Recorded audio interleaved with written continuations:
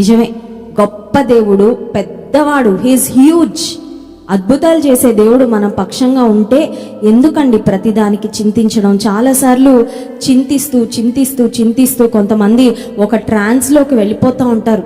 నిజంగా అక్కడ జరుగుతున్న పరిస్థితులు ఏమి పట్టించుకోరు. వాళ్ళ మనసులో ఒక చింత ప్రారంభమైందంటే ఇంకా ఆలోచనల ఒక సొరంగంలోకి వెళ్ళిపోయినట్లు ఉంటుంది కొంతమంది పరిస్థితి.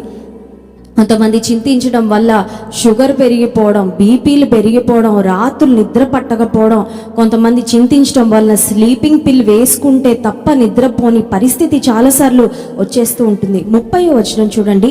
నేడుండి రేపు పొయ్యిలో వేయబడు అడవి గడ్డిని దేవుడి ఇలాగు అలంకరించిన ఎడల అల్ప విశ్వాసులారా మీకు మరి నిశ్చయముగా వస్త్రములు ధరింపచేయును కదా. దేవుడు అంటున్నాడు, అడవి పువ్వులు, అడవిలో పూసే పూలని వాటిని ఎవరు చూస్తారండి చెప్పండి? అడవిలో పూసే పూలు ఎవరికి లెక్క?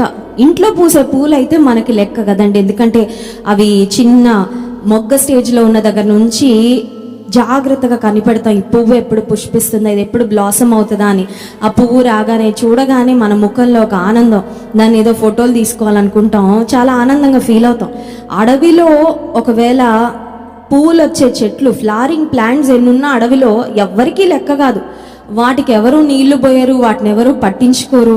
అక్కడ ఒకవేళ పువ్వులు పూసినా చూసి మురిసిపోయేవారు, ఆనందించేవారు, సెలబ్రేట్ చేసుకునేవారు ఎవరు ఉండరు.